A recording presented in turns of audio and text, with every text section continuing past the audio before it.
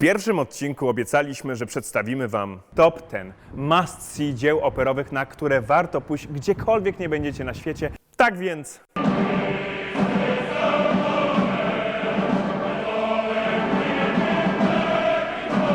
Przed Wami 10 najczęściej grywanych na świecie oper. Dokąd nie pojedziecie, na pewno któraś z nich będzie w repertuarze, chociaż nie zdziwimy się, jeśli będzie ich więcej niż jedna. Warto zatem się przygotować. Każda z nich ma w sobie coś wyjątkowego, dlatego opowiem Wam, dlaczego trzeba je zobaczyć na żywo. Przed Wami najbardziej znane arie, najciekawsze historie i najskrajniejsze emocje.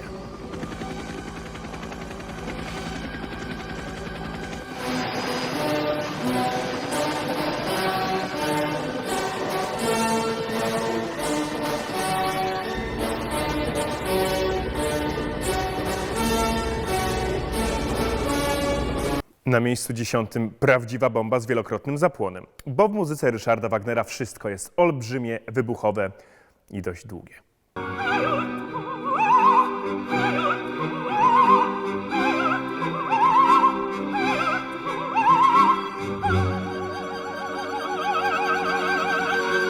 Czterogodzinna Walkiria. Wiemy, długość opery nie napawa optymizmem, ale poczekajcie chwilę. To druga część wagnerowskiej tetralogii, czyli czteroczęściowego Pierścienia Nibelunga.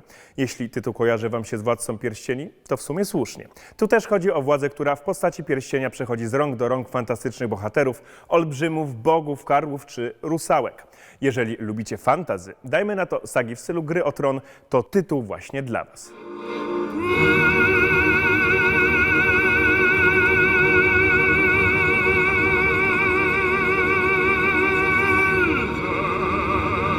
Walkiria opowiada o spotkaniu rozdzielonych bliźniąt. Zraniony podczas walki wojownik Zygmunt trafia do domu Zeglindy i zakochuje się w niej z wzajemnością. Jest jednak taki mały szczegół. Zeglinda jest mężatką, co jeszcze da się jakoś wytłumaczyć, ale wraz z rozwinięciem akcji okazuje się być jego siostrą. Bogowie bawią się losem ludzi, a co z tego wynika, musicie zobaczyć sami.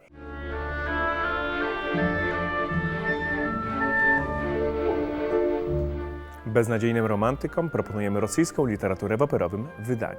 Piotr Czajkowski skomponował Oniegina na podstawie poematu Puszkina.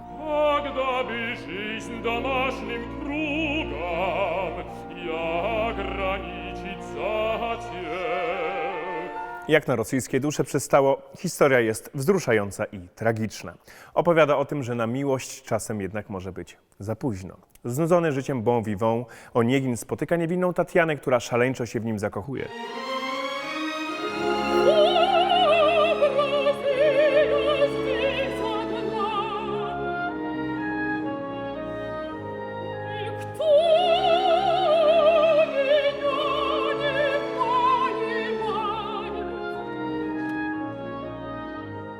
Ale Oniegin ją odtrąca. Zabija w pojedynku najlepszego przyjaciela Leńskiego i kiedy po latach orientuje się, ile szkody wyrządził, jest już za późno. Pozór, toska,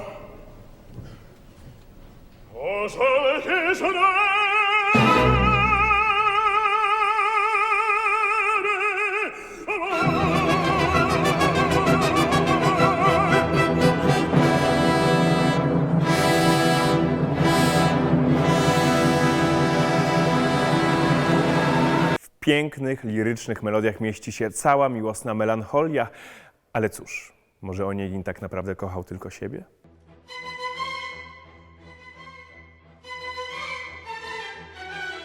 Cyrulik. Dawniej golibroda i fryzjer, który mył pacjentów, stawiał im bańki, nastawiał kości, wyrywał zęby czy zszywał rany.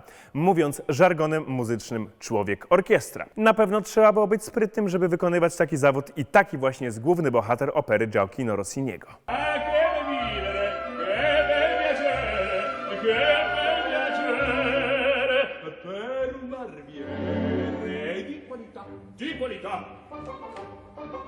Cyrulik wchodzi w sam środek miłosnych perypetii hrabiego Almawiwy i Rozyny i nakręca całą intrygę. Na dowcip sytuacyjny, żywiołową muzykę z prawdziwie włoskim temperamentem publiczność reaguje świetnie od ponad 200 lat. zitti, piano piano per la scala del balcone, presto andiamo via di qua. Zitti, zitti, piano piano, zitti, zitti, piano piano per la scala del balcone, presto andiamo via di qua.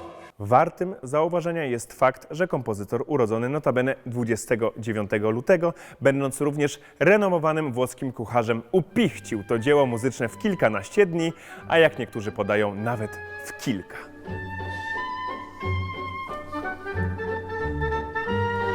Także Cyrulik Sawicki to propozycja dla tych, którzy oczekują od opery dobrej zabawy. Wokalne akrobacje ze znanym na całym świecie motywem Figaro, Figaro, Figaro, Figaro, Figaro, Figaro, Figaro, Figaro, Figaro, Figaro, Figaro. w energicznej kawatinie Figara, którą możecie usłyszeć również w czołówce operowym głosem, wpadają w ucho raz na zawsze.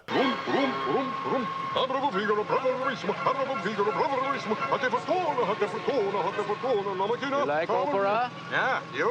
Yeah. What is that? Barber Seville, Figaro. Oh, by Mozart. No, that's the other Figaro. Huh? That's the Hochzeit des Figaro. Ah, I see. Auf Wiedersehen. Auf Wiedersehen. Hallo!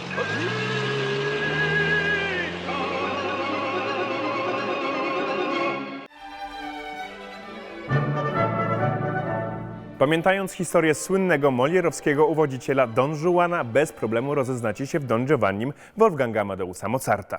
Jego podboje miłosne skatalogował w operze służący Leporello, który opowiada, że jego pan we Włoszech miał 640 kochanek, w Niemczech 231, 100 we Francji, 91 w Turcji, a w Hiszpanii aż 1003. I to wszystko w XVIII wieku. Bez żadnej aplikacji randkowej. In Italia 640, in Lavagna 231, 100 in Francia, in Turchia 91, ma in Spagna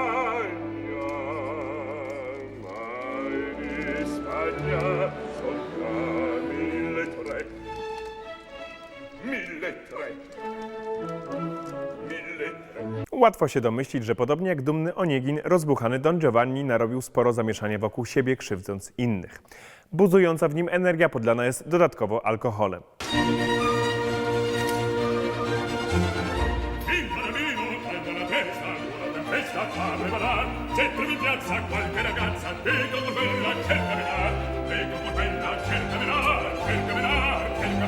Jak to bywa z rozpustnikami w tego typu historiach, na koniec spotyka go kara z rąk komandora, którego wcześniej zabił. Ot taka prosta, w ogóle nieskomplikowana historia.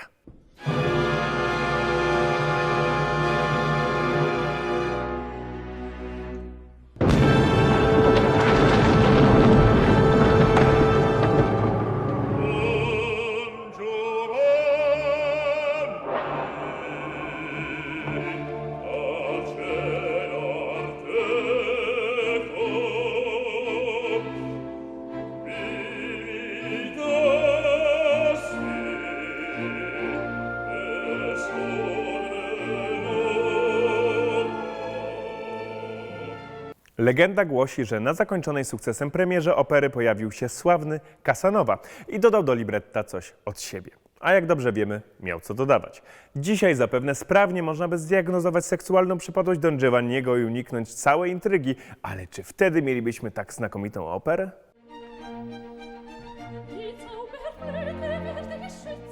Kolejna po Walkirii opera z gatunków fantastycznych to Czarodziejski flet Mozarta.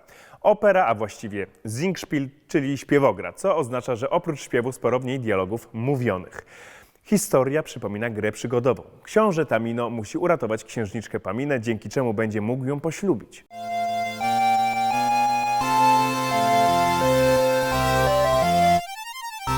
W przygodzie towarzyszy mu ptasznik.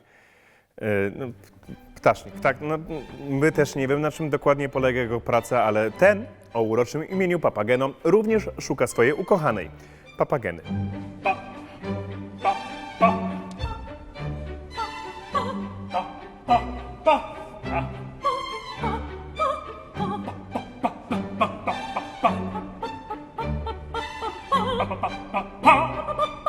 Papagina, bist du mir ganz gegeben? Und so sei mein liebes Weibchen, ein liebes Weibchen. Przed niebezpieczeństwami chroni ich tytułowy czarodziejski flet. Po drodze czekają na nich rozmaite zadania i przeszkody, które ostatecznie udaje się pokonać. Do tego mamy jeszcze Królową Nocy i Boga Słońca, arcykapłana i innych, ale tego lepiej posłuchać, niż o tym opowiadać. You selfish thing! Selfish, that's what you are! Selfish! Simply selfish! You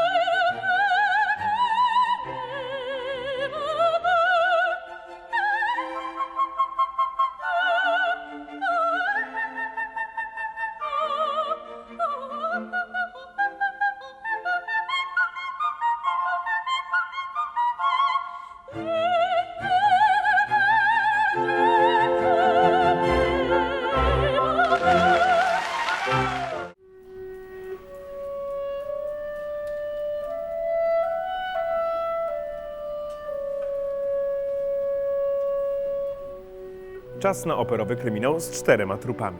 Włoskie zabójstwa to temat dość ograny w filmie. Ten temat w operze też ma swoje miejsce. Akcja Toski dzieje się w Rzymie w ciągu pełnych napięcia 24 godzin. To oczywiście tragiczna historia miłości dwojga artystów, śpiewaczki i malarza na tle wydarzeń politycznych. Ale Toska to przede wszystkim opera o silnej i fascynującej kobiecie.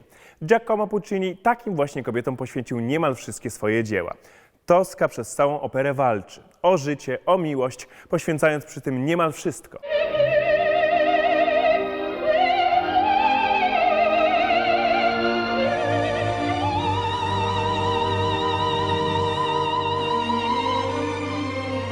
A muzyka. Jeśli jesteście wielbicielami kina, to nie okłamię was, mówiąc, że najwybitniejsi kompozytorzy muzyki filmowej inspiracje biorą właśnie z pomysłów Pucciniego.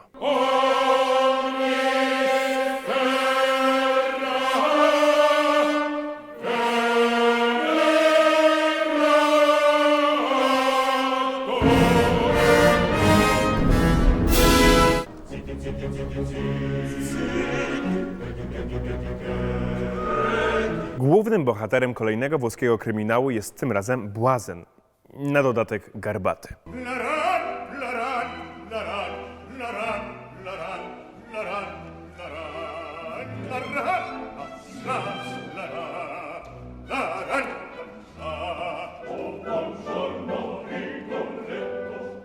Wybór nieoczywisty jak na temat opery, ale jak się okazało wyjątkowo trafny. Tytułowy Rigoletto Giuseppe Verdiego jako błazen nie ma bynajmniej wielu powodów do śmiechu. Pada ofiarą żartów dworzan, a jego córka jest zakochana w księciu, kobieciarzu. La donna è nobile, qual piuma al vento, muto d'accento e di pensiero.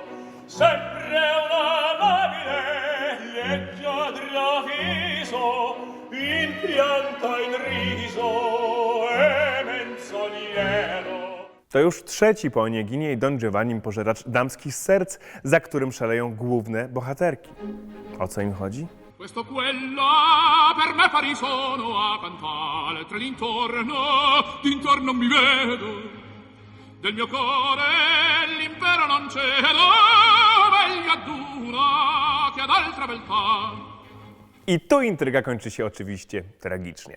Rigoletto pod względem muzycznym to istny majstersztyk, który jak sami mogliście już zauważyć posiada same hity muzyczne. Z pałacu przenosimy się na strych biednej paryskiej bohemy. Cyganeria Giacomo Pucciniego to losy poety, malarza, muzyka, filozofa, hawciarki i śpiewaczki przymierających głodem w mroźnej scenerii.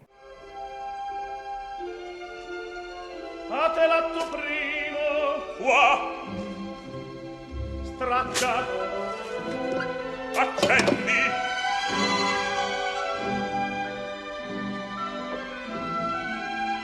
Che lieto baglior.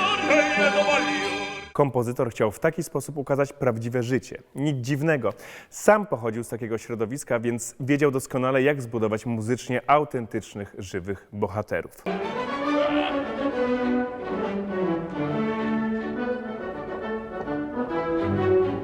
Legna, sigari, Bordeaux, letto vizio una piena in un difficile sfilata di Francia per voi si sbilancia. Recata, recata, son pezzi di nas. Po raz kolejny kompozytor tworzy motywy muzyczne, które chwytają za serce nawet tych najzatwardzialszych. Idealnym przykładem jest aria tenorowa, którą właśnie teraz usłyszycie. Poiché parve sostanza,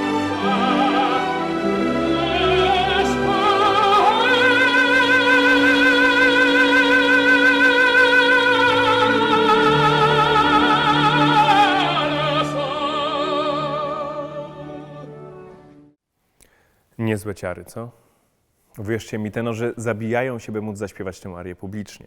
Jeśli historia wydaje wam się nieaktualna, to obejrzyjcie musical Rent czy jego filmową adaptację. Akcja dzieje się współcześnie, pojawiają się tam nawet te same pucciniowskie postacie i motywy muzyczne, takie jak walc Musetty.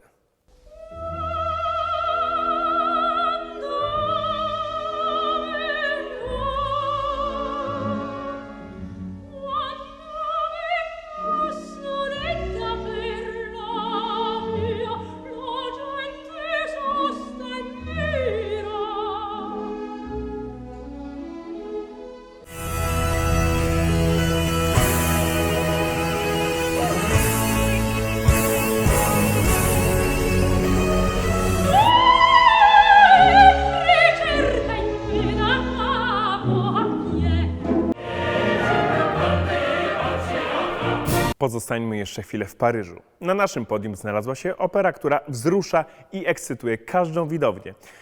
Tak, wiemy jak wszystkie wymienione dzisiaj opery, ale co wam na to poradzimy? W każdym razie czas na Traviatę Giuseppe Verdiego.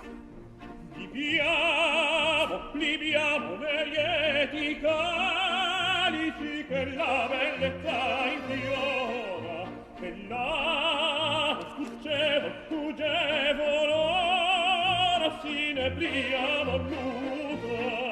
To historia, którą znacie z takich filmów jak Moulin Rouge czy Pretty Woman.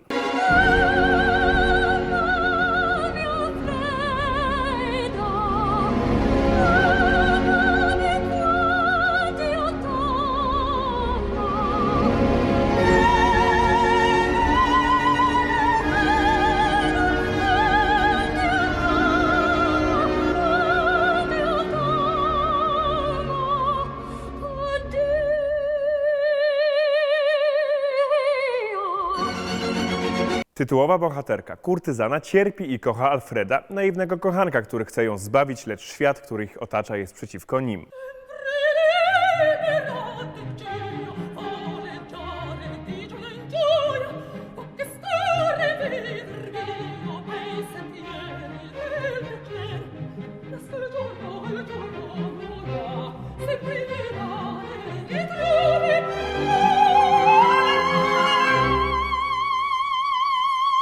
I choć dzisiaj Traviata jest uznawana za najdoskonalsze dzieło kompozytora, to po prapremierze Verdi spalił się ze wstydu. Publiczność bowiem nie zrozumiała figury szlachetnej kurtyzany, śpiewacy śpiewali fatalnie i niemal wszystko było do kitu.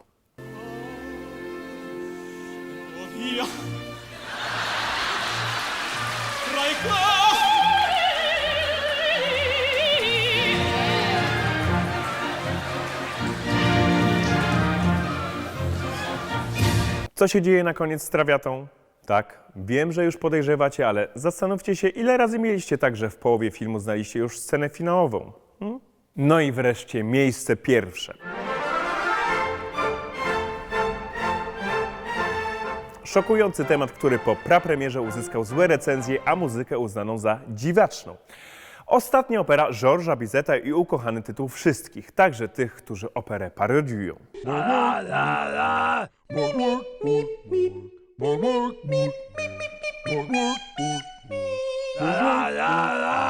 Carmen to absolutny evergreen. Żadna inna opera nie może dorównać jej sławą. W środowisku przemytników, złodziei i robotnic fabryk obserwujemy historię miłosną między cyganką Carmen a żołnierzem Don José. Tym razem to mężczyzna pada ofiarą fatalnego zauroczenia.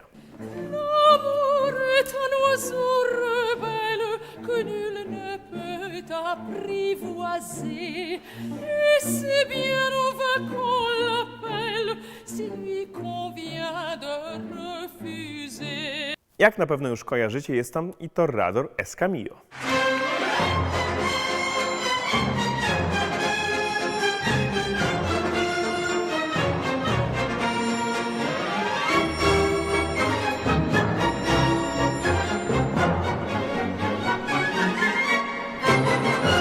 Atrakcyjność opery tkwi na pewno też w hiszpańskich tematach muzycznych.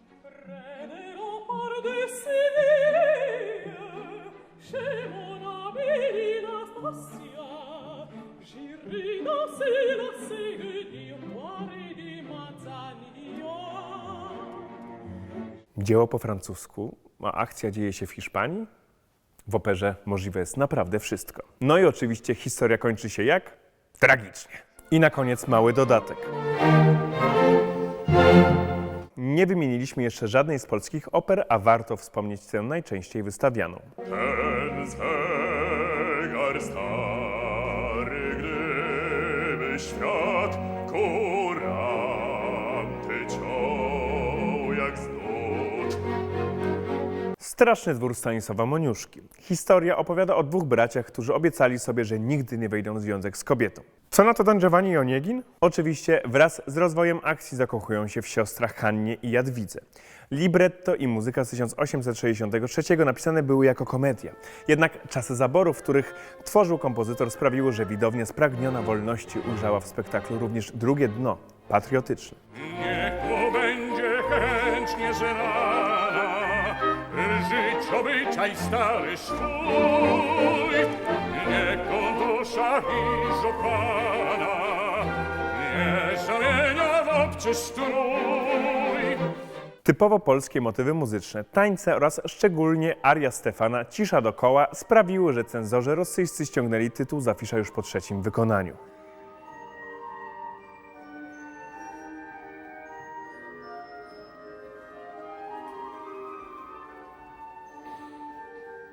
Matko moja miła, gdyś nędza się rodziła, po twym zgonie ojca nie skonał ten serdeczny śpiew, serdeczny śpiew. Oczywiście wiedzieli, że matka to ojczyzna. Na szczęście dzisiaj dzieło to jest wystawiane w każdym polskim teatrze operowym i na pewno warto je obejrzeć.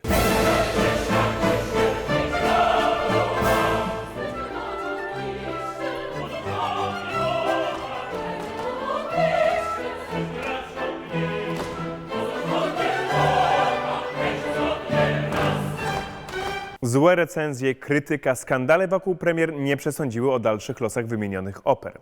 Początkowo uważane za skandalizujące dzieła z czasem okazywały się bardziej ponadczasowe i nośne niż sądzono. Kompozytorzy wyprzedzili swoją epokę. Pewnie dlatego po dziś dzień oglądamy te opery na wszystkich scenach świata. Większość z nich znajdziecie również w repertuarze Teatru Wielkiego Opery Narodowej. A jaki jest wasz ulubiony tytuł operowy? Podzielcie się z nami w komentarzach pod filmem. W operach, jak mogliście dzisiaj zauważyć, finał lubi się powtarzać, dlatego i my, tak jak zwykle, zachęcamy was do subskrybowania naszego kanału oraz pozostawienia łapki w górze. Do zobaczenia!